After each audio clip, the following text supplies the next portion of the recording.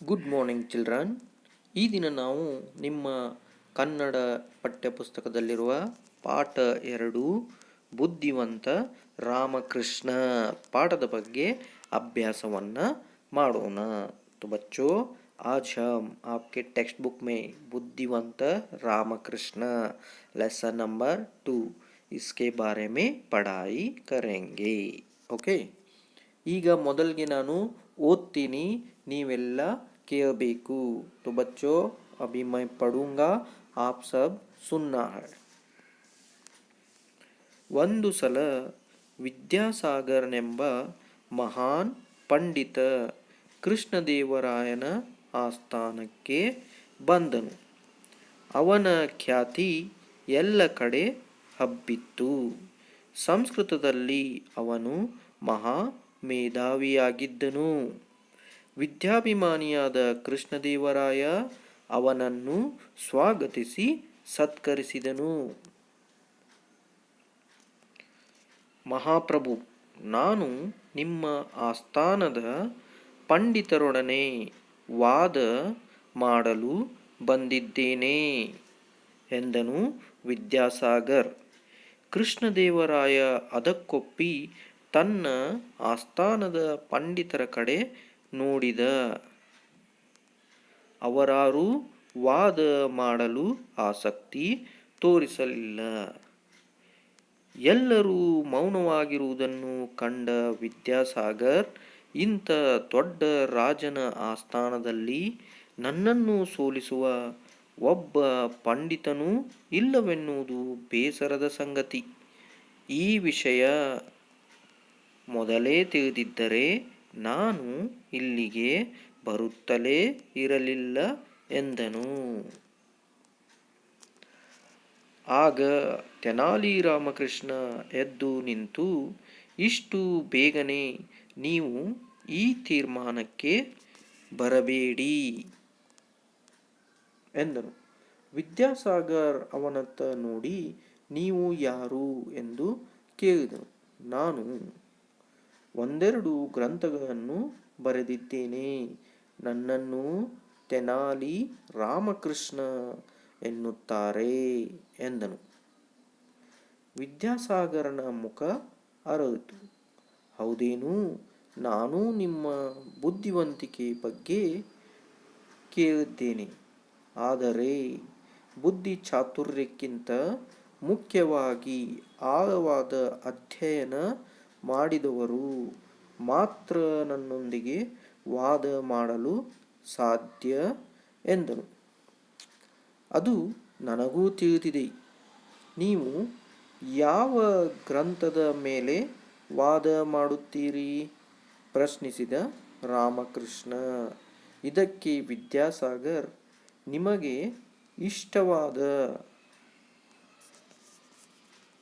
ಯಾವುದೇ ಸಂಸ್ಕೃತ ಗ್ರಂಥವಾಗಬಹುದು ಎಂದನು. ಹಾಗಾದರೆ ನಾಳೆ ಸಂಜೆ ಇದೇ ಹೊತ್ತಿಗೆ ನಿಮ್ಮೊಂದಿಗೆ ವಾದ ಮಾಡಲು ಸಿದ್ಧನಾಗಿ ಬರುತ್ತೇನೆ ಎಂದನು ರಾಮಕೃಷ್ಣ. ಮಾರನೆಯ ದಿನ ವಿದ್ಯಾಸಾಗರ್ ಹೆಮ್ಮೆಯಿಂದ ಆಸ್ಥಾನವನ್ನು ಪ್ರವೇಶಿಸಿ ತನ್ನ ಪೀಠದಲ್ಲಿ ಕುಳಿತನು. ಇವನೆಂಥ ವಾದ ಮಾಡುತ್ತಾನೆಂದು ಎಲ್ಲರೂ ಅಚ್ಚರಿಯಿಂದ ಕಾದು ಕುಳಿತಿದ್ದರು. ರಾಮಕೃಷ್ಣ ಸ್ವಲ್ಪ ಹೊತ್ತಿನ ಅನಂತರ ಬಟ್ಟೆಯಲ್ಲಿ ಸುತ್ತಿದ್ದ ಕಟ್ಟನ್ನು ಸೇವಕನ ಹತ್ತಿರ ಹಿಡಿಸಿಕೊಂಡು ಸಭೆಗೆ ಬಂದನು. ಆ ಕಟ್ಟಿನಲ್ಲಿ ಏನಿದೆ ಎಂದು ಯಾರಿಗೂ ಊಹೆ ಮಾಡಲಾಗಲಿಲ್ಲ. ಓಕೆ ಚಿಲ್ಡ್ರನ್, ಇಲ್ಲಿವರೆಗೂ ನೋಡೋಣ. ಈ ಪಾಠದ ಪ್ರಾರಂಭದಲ್ಲಿ ಏನಿರ್ತದೆ ಅಂದರೆ, ಒಂದು ರಾಜ್ಯ, ಹಳೆ ಕಾಲದಲ್ಲಿ ರಾಜ ಮಹಾರಾಜರು ಇರ್ತಿದ್ರು, ಅವ್ರದ್ದೊಂದು ರಾಜ್ಯವಿರ್ತಿತ್ತು, ಅಲ್ಲಿ ಮಂತ್ರಿ ಮಂಡಲ ಇರ್ತಿತ್ತು, ಇದೆಲ್ಲ ನಿಮಗೆ ಗೊತ್ತಿದೆ. तो बच्चों, यहाँ जो पाठ की शुरुआत में जो है एक राज्य, यानी जो पहले ज़माने में राजा महाराजा जो जिस तरह रहते थे उसी तरह एक सिचुएशन सन्निवेश वहाँ पे रहता है। तो क्या होता है देखिए, ಒಂದು ಸಲ ವಿದ್ಯಾಸಾಗರನೆಂಬ ಮಹಾನ್ ಪಂಡಿತ ಕೃಷ್ಣದೇವರಾಯನ ಆಸ್ಥಾನಕ್ಕೆ ಬಂದನು. ಓಕೆ, ಏನಾಗ್ತದೆ ಈ ಪಾಠದ ಪ್ರಾರಂಭದಲ್ಲಿ ಅಂದರೆ, ಒಂದು ಸರ್ತಿ ವಿದ್ಯಾಸಾಗರ್ ಅನ್ನೋ ಒಬ್ಬ ಮಹಾನ್ ಪಂಡಿತ ಅಂದರೆ ಬುದ್ಧಿವಂತ ವ್ಯಕ್ತಿ ಏನಾಗ್ತಾನೆ, ಕೃಷ್ಣದೇವರಾಯನ ಆಸ್ಥಾನಕ್ಕೆ ಬರ್ತಾನೆ. ಓಕೆ ಚಿಲ್ಡ್ರನ್, ಇಲ್ಲಿ ಸಿಂಹಾಸನದ ಮೇಲೆ ಏನು ಕೂತಿದಾರಲ್ಲ ಇವರು ರಾಜ, ಇವರ ಹೆಸರು ಕೃಷ್ಣದೇವರಾಯ. ಇನ್ನು ಇವರ ಆಸ್ಥಾನಕ್ಕೆ ಇಲ್ಲಿ ಏನು ಇದಾರಲ್ಲ ಇಲ್ಲಿ ಇವರು ವಿದ್ಯಾಸಾಗರ್, ಇವರೊಬ್ಬರು ಮಹಾನ್ ಪಂಡಿತ. ಇವ್ರೇನು ಮಾಡ್ತಾರೆ, ಒಂದು ದಿನ ಒಂದು ಸರ್ತಿ ಇವರ ಆಸ್ಥಾನಕ್ಕೆ ಬರ್ತಾರೆ. तो बच्चों यहाँ पे जो बैठे हुए हैं वो यहाँ पे जो है वो कृष्ण देवराय राजा है, कृष्ण देवराय, और इनके आस्थान में आए हुए पंडित जो है विद्यासागर वो यहाँ पर आए हैं. ओके,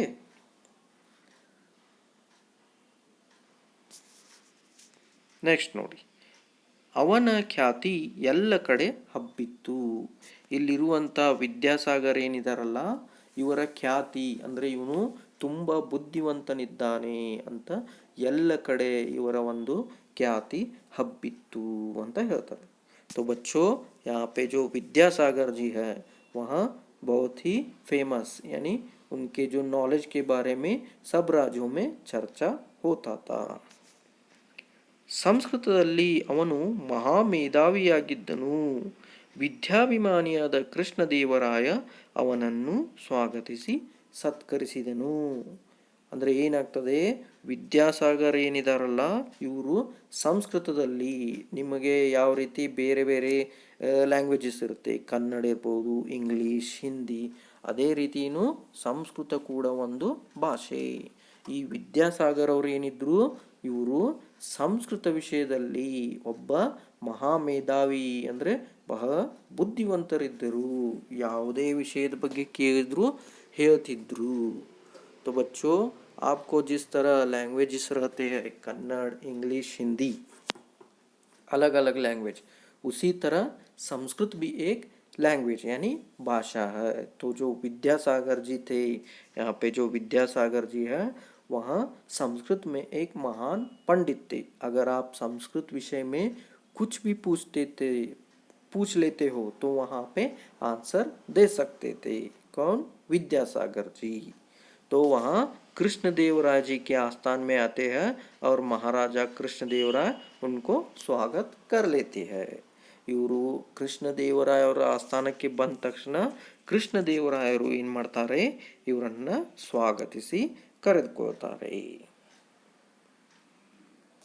ನೆಕ್ಸ್ಟ್ ನೋಡಿ, ಮಹಾಪ್ರಭು, ನಾನು ನಿಮ್ಮ ಆಸ್ಥಾನದ ಪಂಡಿತರೊಡನೆ ವಾದ ಮಾಡಲು ಬಂದಿದ್ದೇನೆ. ಆಮೇಲೆ ವಿದ್ಯಾಸಾಗರ್ ಏನು ಹೇಳ್ತಾರೆ, ಕೃಷ್ಣದೇವರಾಯರಿಗೆ ಹೇಳ್ತಾರೆ, ಕೃಷ್ಣದೇವರಾಯವರೇ ನಾನು ಇಲ್ಲಿ ಯಾಕೆ ಬಂದಿದ್ದೇನೆಂದರೆ ನಿಮ್ಮ ಜೊತೆ ವಾದ ಮಾಡಲು ಅಂದರೆ ಚರ್ಚೆ ಮಾಡಲು ಬಂದಿದ್ದೇನೆ. ಅದು ಯಾರ ಜೊತೆ? ನಿಮ್ಮ ಜೊತೆ. ಅಂದರೆ ನಿಮ್ಮ ಆಸ್ಥಾನ ಒಳಗಡೆ ಏನು ಪಂಡಿತರಿದ್ದಾರಲ್ಲ, ಮೊದಲಿನ ಕಾಲದಲ್ಲಿ ರಾಜ ಮಹಾರಾಜರು ಇರ್ತಿದ್ರಲ್ಲ, ಅವ್ರ ಆಸ್ಥಾನದಲ್ಲಿ ಮಂತ್ರಿಗಳು ಇರ್ತಿದ್ರು, ಪಂಡಿತರು ಇರ್ತಿದ್ರು, ಬೇರೆ ಬೇರೆ ಒಂದು ಬುದ್ಧಿವಂತ ವ್ಯಕ್ತಿಗಳು ಇರ್ತಿದ್ರು. ವಿದ್ಯಾಸಾಗರ್ ಏನು ಹೇಳ್ತಾರೆ, ನಾನು ನಿಮ್ಮ ಆಸ್ಥಾನದಲ್ಲಿರುವಂಥ ಪಂಡಿತರೊಡನೆ ವಾದ ಮಾಡಬೇಕು, ಸಂಸ್ಕೃತ ವಿಷಯದ ಕುರಿತು ಚರ್ಚೆ ಮಾಡಬೇಕು ಅಂತ ಹೇಳ್ತಾರೆ. तो बच्चों विद्यासागर जी राजा से कहते हैं कि मैं यहाँ पे क्यों आया हूँ, क्योंकि मैं आपके जो आस्थान में रहने वाले पंडितों के साथ संस्कृत विषय पर चर्चा करने के लिए आया हूँ, यानी डिबेट करने के लिए आया हूँ.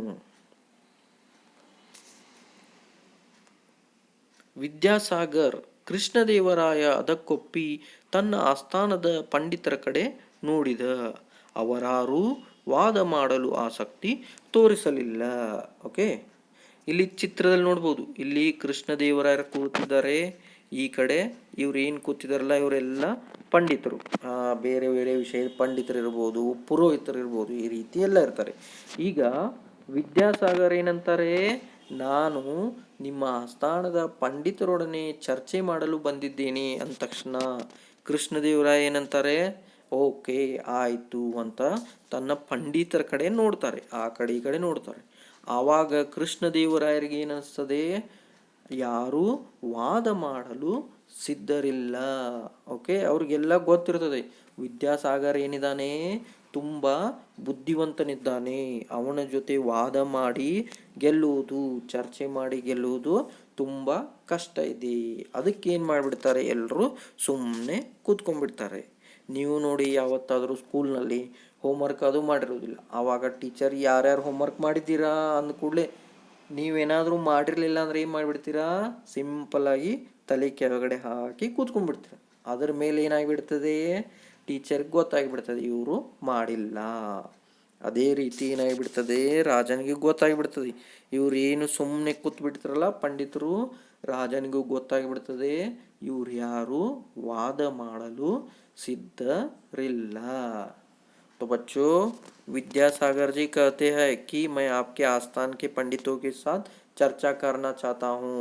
तो राजा अपने पंडितों के तरफ देखते हैं तो कोई भी लगता नहीं है कि चर्चा के लिए रेडी है.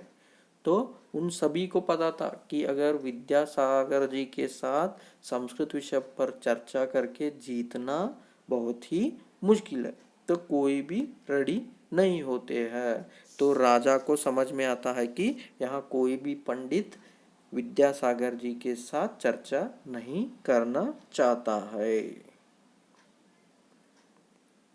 ಎಲ್ಲರೂ ಮೌನವಾಗಿರುವುದನ್ನು ಕಂಡ ವಿದ್ಯಾಸಾಗರ್, ಇಂಥ ದೊಡ್ಡ ರಾಜನ ಆಸ್ಥಾನದಲ್ಲಿ ನನ್ನನ್ನು ಸೋಲಿಸುವ ಒಬ್ಬ ಪಂಡಿತನೂ ಇಲ್ಲವೆನ್ನುವುದು ಬೇಸರದ ಸಂಗತಿ. ಆಮೇಲೆ ವಿದ್ಯಾಸಾಗರ್ ಏನಂತಾನೆ, ಅಲ್ಲ ಎಷ್ಟು ದೊಡ್ಡ ರಾಜನ ಆಸ್ಥಾನ ಇದೆ ಇದು, ಕೃಷ್ಣದೇವರಾಯ ಅಂದರೆ ಎಂಥ ದೊಡ್ಡ ರಾಜ, ಇವನ ರಾಜ್ಯದಲ್ಲಿ ನನ್ನ ಜೊತೆ ವಾದ ಮಾಡಲು ಒಬ್ಬನೇ ಒಬ್ಬ ಪಂಡಿತನೂ ಇಲ್ಲನ್ನುವುದು ನನಗೇನಾಯಿತು, ಬಹಳ ಬೇಸರದ ಸಂಗತಿ, ದುಃಖದ ಸಂಗತಿ ಅಂತ ವಿದ್ಯಾಸಾಗರ್ ಹೇಳ್ತಾನೆ. तो बच्चों, वहाँ पे विद्यासागर जी देखते हैं कि कोई भी वहाँ पे चर्चा करने के लिए रेडी नहीं होता. तो विद्यासागर जी कहते हैं कि यहाँ इतने बड़े राजा के आस्थान में एक भी जो पंडित नहीं है जो मेरे साथ चर्चा कर सके, डिबेट कर सके, वहाँ बोलता. ಈ ವಿಷಯ ಮೊದಲೇ ತಿಳಿದಿದ್ದರೆ ನಾನು ಇಲ್ಲಿಗೆ ಬರುತ್ತಲೇ ಇರಲಿಲ್ಲ ಎಂದನು. ಮತ್ತೇನಂತಾರೆ ವಿದ್ಯಾಸಾಗರ್ ಇವ್ರು ಏನು ಹೇಳ್ತಾರೆ, ಹೌದು ನಿಮ್ಮ ಆಸ್ಥಾನದಲ್ಲಿ ಯಾರೂ ನನ್ನ ಜೊತೆ ವಾದ ಮಾಡಲು ಸಿದ್ಧರಿಲ್ಲ ಅಂತ ಗೊತ್ತಾಗಿದ್ರೆ ನಾನು ಇಲ್ಲಿಗೆ ಬರುತ್ತಲೇ ಇರಲಿಲ್ಲ. तो बच्चों, वहाँ विद्यासागर जी कहते हैं कि अगर मुझे ये पहले ही पता होता कि आपके आस्थान में यहाँ कोई भी चर्चा के लिए रेडी नहीं होगा तो मैं यहाँ पे आता ही नहीं. ಅಂದರೆ ವಿದ್ಯಾಸಾಗರ್ ಏನು ತೋರಿಸ್ಕೊತಿರ್ತಾನೆ, ತಾನು ಬಹಳ ಬುದ್ಧಿವಂತನಿದ್ದಾನೆ ಮತ್ತು ಆ ಸ್ಥಾನದಲ್ಲಿರುವ ಪಂಡಿತರೆಲ್ಲರೂ ಏನಿದ್ದಾರೆ ಅವನಿಗಿಂತ ಕಡಿಮೆ ಬುದ್ಧಿವಂತರಿದ್ದಾರೆ. तो बच्चों, विद्यासागर वहाँ बोलना चाहता है कि वहाँ बहुत ही बड़ा पंडित है और यहाँ जो आस्थान में रहने वाले पंडित जो है वो उसके बराबर नहीं हो सकते. ಅವನಲ್ಲಿ ಏನಿರುತ್ತೆ ವಿದ್ಯಾಸಾಗರ್ನಲ್ಲಿ ಅಂದರೆ ತಾನೇ ಒಬ್ಬ ಬುದ್ಧಿವಂತ ಅನ್ನೋ ಒಂದು ಅಭಿಮಾನ ಅವನಲ್ಲಿ ಇರುತ್ತೆ, ಅಂದರೆ ಗರ್ವ ಇರ್ತದೆ, ಘಮಂಡ್ रहता है उसके अंदर कि मैं ही होशियार हूँ. ನೋಡೋಣ ನೆಕ್ಸ್ಟ್ ಏನಾಗ್ತದೆ. ಆಗ ತೆನಾಲಿ ರಾಮಕೃಷ್ಣ ಎದ್ದು ನಿಂತು, ಇಷ್ಟು ಬೇಗನೆ ನೀವು ಈ ತೀರ್ಮಾನಕ್ಕೆ ಬರಬೇಡಿ. ಇನ್ನು ಆ ಸ್ಥಾನದಲ್ಲಿ ಇದ್ದಂತಹ ಒಬ್ಬ ಮಂತ್ರಿ ಎನ್ಬೋದು, ಇನ್ನೊಬ್ಬ ಪಂಡಿತ ತೆನಾಲಿ ರಾಮಕೃಷ್ಣ ಅನ್ನೋ ಒಬ್ಬ ವ್ಯಕ್ತಿ ಎದ್ದು ಏನಂತಾನೆ, ಪಂಡಿತರೇ ನೀವು ಇಷ್ಟು ಬೇಗ ಏನು ಮಾಡಬೇಡ್ರಿ, ಈ ಒಂದು ತೀರ್ಮಾನಕ್ಕೆ ಬರಬೇಡಿ. तो वहाँ पे तेनाली रामकृष्ण जी खड़े होते हैं और कहते हैं कि आप इतने जल्दी एक डिसीजन पर मत आइए. ओके, ವಿದ್ಯಾಸಾಗರ್ ಅವನತ್ತ ನೋಡಿ ನೀವು ಯಾರು ಎಂದು ಕೇಳಿದನು. ಆಮೇಲೆ ಏನು ಮಾಡ್ತಾನೆ ವಿದ್ಯಾಸಾಗರ್ ತೆನಾಲಿ ರಾಮಕೃಷ್ಣ ಅವರ ಕಡೆ ನೋಡ್ತಾನೆ. ಆ ವ್ಯಕ್ತಿ ಎದ್ದು ನಿಂತಿರ್ತಾನಲ್ಲ ಅವನ ಹತ್ರ ನೋಡಿ ಕೇಳ್ತಾರೆ ನೀವು ಯಾರು. तो वहाँ पे विद्यासागर जी जो तेनाली रामकृष्ण थे उनके तरफ देखते हैं और पूछते हैं कि तुम कौन हो. ನಾನು ಒಂದೆರಡು ಗ್ರಂಥಗಳನ್ನು ಬರೆದಿದ್ದೇನೆ, ನನ್ನನ್ನು ತೆನಾಲಿ ರಾಮಕೃಷ್ಣ ಎನ್ನುತ್ತಾರೆ ಎಂದನು. ತೆನಾಲಿ ರಾಮಕೃಷ್ಣ ಅವರು ಹೇಳ್ತಾರೆ, ಏನು ಹೇಳ್ತಾರೆ, ನಾನು ಕೂಡ ಏನು ಮಾಡಿದ್ದೀನಿ ಒಂದೆರಡು ಗ್ರಂಥಗಳನ್ನು ಬರೆದಿದ್ದೀನಿ. ಗ್ರಂಥ ಅಂದರೆ ಪುಸ್ತಕ, ಹೊತ್ತಿಗೆ. ನಾನು ಕೂಡ ಏನು ಮಾಡಿದ್ದೀನಿ ಒಂದೆರಡು ಪುಸ್ತಕಗಳನ್ನು ಬರೆದಿದ್ದೀನಿ. ನನ್ನನ್ನು ಏನಂತ ಕರೀತಾರೆ ತೆನಾಲಿ ರಾಮಕೃಷ್ಣ ಎನ್ನುತ್ತಾರೆ. ನನ್ನ ಹೆಸರು ತೆನಾಲಿ ರಾಮಕೃಷ್ಣ ಅಂತ ಹೇಳ್ತಾರೆ. तो बच्चों वहाँ पे तेनाली रामकृष्ण जी कहते हैं कि मैं भी वंदेरडू मीन्स एक दो किताबें लिखा हूँ और मेरा नाम जो है तेनाली रामकृष्ण कहते हैं. ವಿದ್ಯಾಸಾಗರನ ಮುಖ ಅರಳಿತು. ಹೌದೇನು, ಅವರನ್ನು ನೋಡಿದ ತಕ್ಷಣ ತೆನಾಲಿ ರಾಮಕೃಷ್ಣ ಅವರನ್ನು ನೋಡಿದ ತಕ್ಷಣ ಏನಾಗಿಬಿಡ್ತದೆ ವಿದ್ಯಾಸಾಗರ್ ಅವರಿಗೆ ಖುಷಿ ಆಗ್ತದೆ. ಯಾಕಂದರೆ ಯಾರೂ ಏನಾಗಿರಲಿಲ್ಲ ಅಲ್ಲಿ ಅವರೊಂದಿಗೆ ಚರ್ಚೆ ಮಾಡಲು ಸಿದ್ಧರಿರಲಿಲ್ಲ. ಈಗ ತೆನಾಲಿ ರಾಮಕೃಷ್ಣ ಎದ್ದು ನಿಂತ ತಕ್ಷಣ ವಿದ್ಯಾಸಾಗರ್ ಅವರಿಗೆ ಖುಷಿ ಆಗ್ತದೆ, ಮುಖ ಅರಳಿತು. ಅಂದರೆ ನೋಡ್ರಿ, ನಿಮಗೂ ಆನಂದ ಆದಾಗ ಸಂತೋಷ ಆದಾಗ ಏನಾಗ್ತದೆ ಮುಖ ಅರಳುತ್ತದೆ, ಮುಖದಲ್ಲಿ ನಗು ಇರ್ತದೆ. ಅದೇ ದುಃಖ ಆದಾಗ ಮುಖ ಬಾಡಿರ್ತದೆ, ಸಪ್ಪಗಾಗಿರ್ತದೆ. ಅದೇ ರೀತಿ ವಿದ್ಯಾಸಾಗರ್ ಅವರಿಗೆ ಸಂತೋಷ ಆಯಿತು, ಆವಾಗ ಅವರ ಮುಖ ಅರಳಿತು. तो बच्चों विद्यासागर जी जब तेनाली रामकृष्ण जी को देखते हैं तो वहाँ पे खुशी होता है, क्योंकि वहाँ चर्चा करने के लिए एक तो व्यक्ति है. तो वहाँ पे उनका जो चेहरे पर दिखता है कि वहाँ खुश थे. ನಾನು ನಿಮ್ಮ ಬುದ್ಧಿವಂತಿಕೆ ಬಗ್ಗೆ ಕೇಳಿದ್ದೇನೆ, ಆದರೆ ಬುದ್ಧಿ ಚಾತುರ್ಯಕ್ಕಿಂತ ಮುಖ್ಯವಾಗಿ ಆಳವಾದ ಅಧ್ಯಯನ ಮಾಡಿದವರು ಮಾತ್ರ ನನ್ನೊಂದಿಗೆ ವಾದ ಮಾಡಲು ಸಾಧ್ಯ ಎಂದನು. ವಿದ್ಯಾಸಾಗರ್ ಏನಂತಾರೆ, ಹೌದು ನಾನೇನು ಮಾಡಿದ್ದೀನಿ ತೆನಾಲಿ ರಾಮಕೃಷ್ಣ ಅವರೇ, ನಿಮ್ಮ ಹೆಸರನ್ನು ಕೇಳಿದ್ದೀನಿ, ನೀವು ಬಹಳ ಬುದ್ಧಿವಂತರಿದ್ದೀರಿ. ಆದರೆ ನನ್ನ ಜೊತೆ ನೀವು ಚರ್ಚೆ ಮಾಡಬೇಕಾದ್ರೆ ಏನು ಬೇಕು, ಬುದ್ಧಿವಂತಿಕೆ ಅಷ್ಟೇ ಸಾಲೋದಿಲ್ಲ, ಸಂಸ್ಕೃತ ವಿಷಯದಲ್ಲಿ ಆಳವಾದ ಅಧ್ಯಯನ ಅಂದರೆ ಎಲ್ಲ ವಿಷಯವನ್ನು ಅಭ್ಯಾಸ ಮಾಡಿದವರು ಬೇಕು ಅಂತ ಹೇಳ್ತಾರೆ.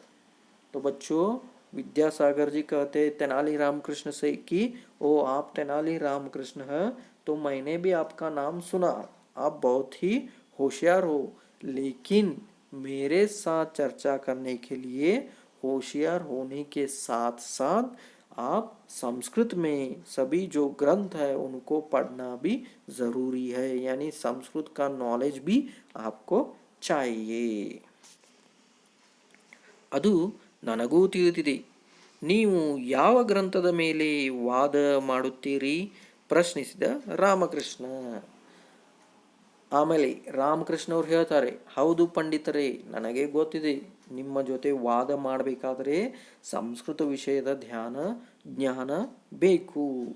ಹಾಗಾದರೆ ನೀವು ತಿಳಿಸ್ರಿ, ನೀವು ಏನು ಮಾಡ್ತಿದ್ದೀರಿ ಅಂದರೆ ಯಾವ ಗ್ರಂಥದ ಮೇಲೆ, ಅಂದರೆ ಸಂಸ್ಕೃತದಲ್ಲಿರುವ ಯಾವ ಒಂದು ಪುಸ್ತಕದ ಮೇಲೆ ನೀವು ವಾದ ಅಥವಾ ಚರ್ಚೆಯನ್ನು ಮಾಡೋರಿದ್ದೀರಿ ಎಂದು ಕೇಳ್ತಾರೆ ತೆನಾಲಿ ರಾಮಕೃಷ್ಣ. तो वहाँ पे तेनाली रामकृष्ण जी विद्यासागर से पूछते हैं कि मुझे भी पता है कि आपके साथ चर्चा करने के लिए संस्कृत में अध्ययन करना ज़रूरी है, तो आप बताइए कि आप संस्कृत के किस ग्रंथ पर चर्चा करना चाहते हो. ಇದಕ್ಕೆ ವಿದ್ಯಾಸಾಗರ್, ನಿಮಗೆ ಇಷ್ಟವಾದ ಯಾವುದೇ ಸಂಸ್ಕೃತ ಗ್ರಂಥವಾಗಬಹುದು ಎಂದನು. ಆವಾಗ ವಿದ್ಯಾಸಾಗರ್ಗೆ ಏನಿರುತ್ತದೆ, ನಾನೇ ಬುದ್ಧಿವಂತ ಇದ್ದೀನಿ, ನನಗಷ್ಟೇ ಬರ್ತದೆ, ಬೇರೆಯವರಿಗೆ ಬರೋದಿಲ್ಲ ಅಂತ गर्व इರ್ತದೆ, घमंड इರ್ತದೆ. तो बच्चों वहाँ विद्यासागर के अंदर घमंड रहता है कि मुझे ही सभी आता है, संस्कृत में मुझसे बढ़कर और कोई हो ही नहीं सकता. तो उन्होंने कहते हैं, तो वहाँ विद्यासागर जी कहते हैं कि संस्कृत के कोई भी किताब पर मैं चर्चा कर सकता हूँ. ವಿದ್ಯಾಸಾಗರ್ ಅಂದ್ಬಿಡ್ತಾರೆ, ನೀವು ತೆನಾಲಿ ರಾಮಕೃಷ್ಣ ನಿಮಗೆ ಯಾವ್ದು ಬೇಕೋ ಅದು ಗ್ರಂಥ ತೊಗೊಂಬಿಡ್ರಿ ಸಂಸ್ಕೃತದ್ದು, ನಾನು ಅದರ ಮೇಲೆ ಏನು ಮಾಡ್ತೀನಿ, ಚರ್ಚೆ ಮಾಡ್ತೀನಿ ಅಂದ್ಬಿಡ್ತಾರೆ. ಹಾಗಾದರೆ ನಾಳೆ ಸಂಜೆ ಇದೇ ಹೊತ್ತಿಗೆ ನಿಮ್ಮೊಂದಿಗೆ ವಾದ ಮಾಡಲು ಸಿದ್ಧನಾಗಿ ಬರುತ್ತೇನೆ ಎಂದನು ರಾಮಕೃಷ್ಣ. ಓಕೆ, ಅದಾದಮೇಲೆ ತೆನಾಲಿ ರಾಮಕೃಷ್ಣ ಏನಂತಾರೆ, ಹಾಗಾದರೆ ಸರಿ, ನಾನೇನು ಮಾಡ್ತೀನಿ, ನಾಳೆ ಸಂಜೆ ಇದೇ ಸಮಯಕ್ಕೆ, ಈ ಯಾವ ಸಮಯ ಇದೆಯಲ್ಲ ಇದೇ ಸಮಯಕ್ಕೆ ನಿಮ್ಮೊಂದಿಗೆ ವಾದ ಮಾಡಲು ನಾನು ರೆಡಿಯಾಗಿ ಬರುತ್ತೇನೆ ಅಂತ ಹೇಳ್ತಾರೆ. तो बच्चों, तेनाली रामकृष्ण जी विद्यासागर से कहते हैं कि तो ठीक है, मैं कल इसी वक्त पर आपके साथ चर्चा करने के लिए रेडी होके आऊँगा, बोलते हैं रामकृष्ण जी. ओके बच्चों, ठीक है, तो आज हम यहाँ पर ही ಸ್ಟಾಪ್ करते. ಓಕೆ, ನಾವು ಈ ದಿನ ಇಲ್ಲಿಗೆ ನಿಲ್ಲಿಸೋಣ. ಮುಂದಿನದನ್ನು ನೆಕ್ಸ್ಟ್ ಪೀರಿಯಡ್ನಲ್ಲಿ ಅಭ್ಯಾಸ ಮಾಡೋಣ.